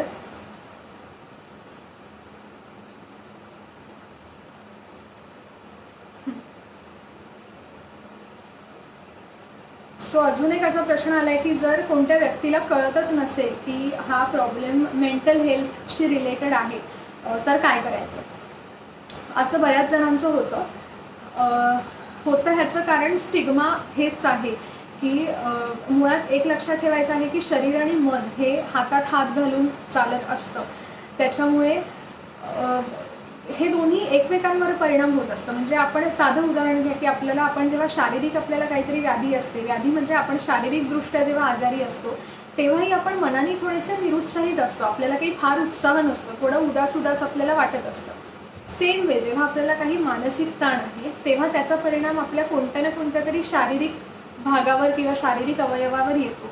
बऱ्याचदा असं होतं की काही जणांना, ज्या लोकांना संधिवाताचा वगैरे त्रास असतो, त्या लोकांना त्यांचा तो त्रास अजून बळावतो. म्हणजे त्यांनी जर मेडिकल सगळ्या त्यांच्या टेस्ट वगैरे केल्या तर त्याच्यामध्ये असं लक्षात येतं की फिजिकली तसा काहीच प्रॉब्लेम नाही आहे, पण तरीसुद्धा दुखतंय, कंबर दुखते, पाठ दुखतंय, हात दुखतायत, मान दुखतंय, असं त्यांच्या तक्रारी असतात, आणि फिजिकली ॲबनॉर्मॅलिटी अशी काहीच नसते. सो कुठेतरी जो मानसिक ताण जो असतो त्याच्यामुळे ते शरीरातला कोणता तरी एक अवयव बोलत असतो. तर असे लोक खूप असतात की ज्यांना हा प्रॉब्लेम मानसिक आहे किंवा मेंटल हेल्थशी रिलेटेड आहे हे कळत नाही. तर अशा लोकांना तुम्हाला जेवढं शक्य आहे तेवढ्या भाषेत समजावून देणं गरजेचं आहे.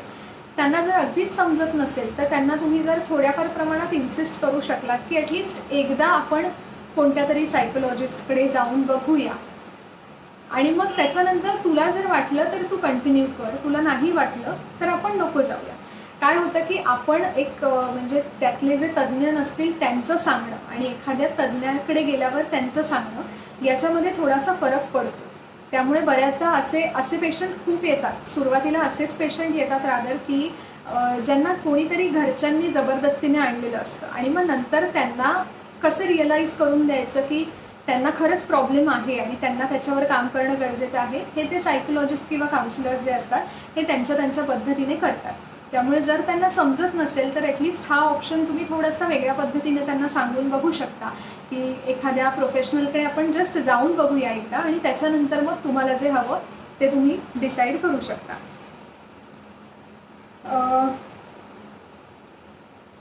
सो अजून एक आहे की ताणतणाव आणि नैराश्य यामध्ये काही परस्पर संबंध आहे का. तर मी ते सुरुवातीला आय थिंक थोडं सेशनमध्ये सांगितलेलं आहे की ताणतणाव आपल्याला कोणत्या गोष्टींमुळे किंवा कोणत्या कारणांमुळे येऊ शकतो आणि तो जर साचत राहिला हळूहळू की तो त्या ताणाचं आपण निरसन नाही करू शकलो, तो ताण आपण जर रिलीज नाही करू शकलो, ते जर आपण साचवून ठेवलं मनात, तर त्याचं फक्त नैराश्यातच नाही तर इतर सुद्धा काही वेगळ्या मानसिक आजारांमध्ये रूपांतर होऊ शकतं. सो ह्याचा कुठे ना कुठेतरी परस्पर संबंध आहे. पण ताण जो आपल्याला येतो तो खूप छोट्या छोट्या कारणांनी सुद्धा येऊ शकतो आणि मोठ्या कारणांमुळे सुद्धा येऊ शकतो. तो जर तसाच आपल्या डोक्यात राहिला तर त्याचं रूपांतर नैराश्यात नक्की होऊ शकतं, कारण आपण त्याच मनस्थितीत सतत असतो. एक दोन प्रश्न आहेत जे थोडेसे पर्सनल आहेत. तर मी जसं मगाशी सुरुवातीला सांगितल्याप्रमाणे की जर तुमचे वैयक्तिक काही प्रश्न असतील तर त्या प्रश्नांच्या खाली तुमचा ईमेल आय डी लिहा, म्हणजे तुमच्या वैयक्तिक प्रश्नांवर तुमच्या ईमेलवर मी उत्तर देण्याचा प्रयत्न करेन. ठीक आहे. आय थिंक एवढे आत्ता प्रश्न आहेत. सो एक पटकन छोटासा टेक होम मेसेज जर आपण बघायचा म्हटला तर सगळ्यात महत्त्वाचं म्हणजे की you are not alone in this particular situation. ठीक आहे. आपल्याला ताण येणं, आपल्याला स्ट्रेस येणं, नैराश्य येणं किंवा निगेटिव्ह विचार मनात येणं, निगेटिव्ह भावना मनात येणं, त्याचा आपल्या वर्तणुकीवर परिणाम होणं, या सगळ्या गोष्टी या अत्यंत स्वाभाविक आहेत. आपण एक साधारण माणूस आहोत. We are a normal human being. त्यामुळे या सगळ्या गोष्टी आपल्याबरोबर होणार आहेत, होऊ शकतात, हे ॲक्सेप्ट करायचं आहे. ठीक आहे. दुसरी गोष्ट, आपल्याकडे चॉईस आहे की आपल्याला आपल्या जी काही सिच्युएशन आलेली आहे, आपल्यावर जी काही परिस्थिती आलेली आहे त्याच्याशी आपल्याला फाईट करायचं आहे का त्याच्यापासून आपल्याला पळ काढायचं आहे. So you always have a choice in your life. तिसरी आणि खूप महत्त्वाची गोष्ट म्हणजे मी माझ्याकडे येणाऱ्या प्रत्येक पेशंटला ही गोष्ट सांगते. मी काही लेक्चर्स अटेंड केलेत, त्याच्यामध्ये मी असं ऐकलं होतं आणि मला ती आवडली होती म्हणून एक बूस्ट करण्यासाठी किंवा मोटिवेट करण्यासाठी, आणि मला ती पटली पण होती म्हणून मी सांगते. सो तीच मी सगळ्यांना सांगेन की you all are intelligent enough और capable enough to deal with your problems. ठीक आहे. तुमच्या सगळ्यांकडे, आपल्या सगळ्यांकडे एक माणूस म्हणून एवढी क्षमता, एवढा इंटेलिजन्स नक्की आहे की आपण आपल्यावर आलेल्या निगेटिव्ह परिस्थितीशी, आपल्यावर आलेल्या संकटांशी किंवा आपल्यावर जे काही प्रॉब्लेम्स आलेले आहेत त्या सगळ्यावर आपण मात करू शकतो, त्या सगळ्याशी आपण डील करू शकतो. फक्त त्यामध्ये असं होऊ शकतं की काही वेळेला ते आपण स्वतः नाही करू शकत, म्हणून आपल्याला कोणत्या तरी दुसऱ्या व्यक्तीशी किंवा प्रोफेशनलची हेल्प घेण्याची गरज भासते, ज्याच्यामध्ये काहीही प्रॉब्लेम नाही आहे. ठीक आहे. We treat every client, every patient as a normal human being. ठीक आहे. वी नेवर डिफाईन की कोण नॉर्मल आहे आणि कोण ॲबनॉर्मल आहे. आम्ही कधीच आमच्याकडे येणाऱ्या लोकांना पेशंट असं म्हणत नाही, तर क्लायंट असं म्हणतो, कारण आमच्यासाठी ते रोगी किंवा आजारी नसतातच, ते नॉर्मल लोक असतात ज्यांना नॉर्मल प्रॉब्लेम्स असतात आणि त्याच्यासाठी त्यांना हेल्पची गरज असते, जी आम्ही करतो. आणि शेवटचा टेक होम मेसेज म्हणजे की मगाशी मी सांगितल्याप्रमाणे की प्लीज जो मेंटल हेल्थबाबत जो स्टिग्मा आहे तो आपण सगळ्यांनी दूर करण्याचा प्रयत्न करूया. आणि आपण जसं शारीरिक स्वास्थ्याला महत्त्व देतो तितकंच महत्त्व आपण मानसिक स्वास्थ्याला सुद्धा देण्याचा प्रयत्न करूया. ठीक आहे. आणि मी आजचं सेशन अरेंज केल्याबद्दल सोहम फायनान्शियल सर्व्हिसेस आणि मधुमालती एंटरप्राइजेसचे आभार व्यक्त करते. थँक्यू.